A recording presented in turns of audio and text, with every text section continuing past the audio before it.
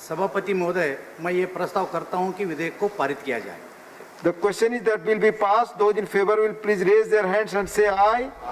Those against will please raise their hands and say no. I think the ayes have it, the ayes have it, the ayes have it. The bill is passed.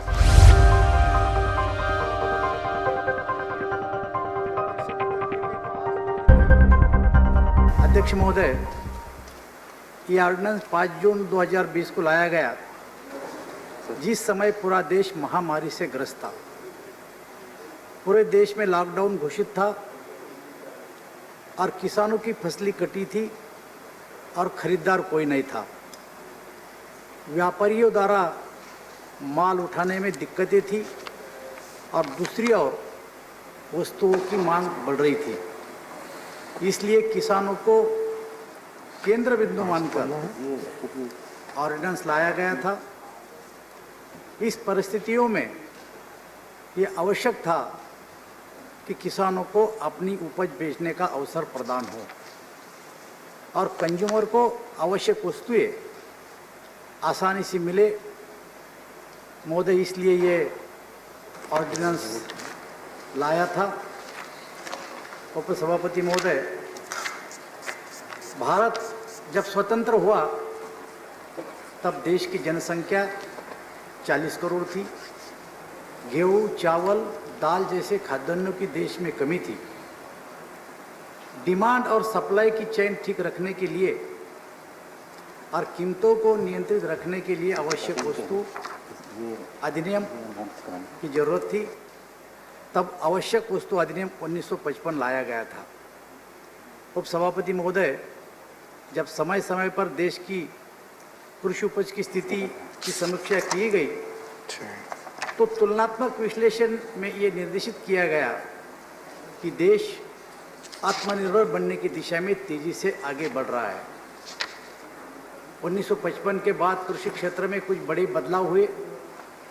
हरित क्रांति और खेती की प्रक्रिया में तकनीकी की प्रगति के बाद कृषि उत्पादन में बड़ी मात्रा में वृद्धि हुई। अध्यक्ष महोदय, भारत में बड़े पैमाने पर कृषि उत्पादन होने के कारण सबसे अधिक नुकसान फलों और सब्जियों का पाया गया है। तो ये जो नुकसान हो रहा था, इसका कारण था कि अपने देश में स्टोरेज की कोई व्यवस्था नहीं थी, सप्लाई चेन ठीक नहीं थी। अध्यक्ष महोदय, इसको कम करने के लिए हमारे पास प्रोसेसिंग सुविधा होनी चाहिए थी। आवश्यक वस्तु अधिनियम का यह संशोधन इन वस्तुओं को सप्लाई चेन से जुड़े लोगों को अब प्रोत्साहन प्रदान करेगा। उपसभापति महोदय, कृषि क्षेत्र में निवेश को बढ़ावा मिलेगा और साथ ही भंडारण सुविधाओं में विस्तार और तकनीकी सुविधा के कारण होने वाले नुकसान को कम करने में सहायता होगी। कि अपने देश में जो कानून है, इस कानून के कारण निवेश करने में लोग नहीं आते, क्योंकि सरकार का जो कानून है उसमें स्टॉक लिमिट है।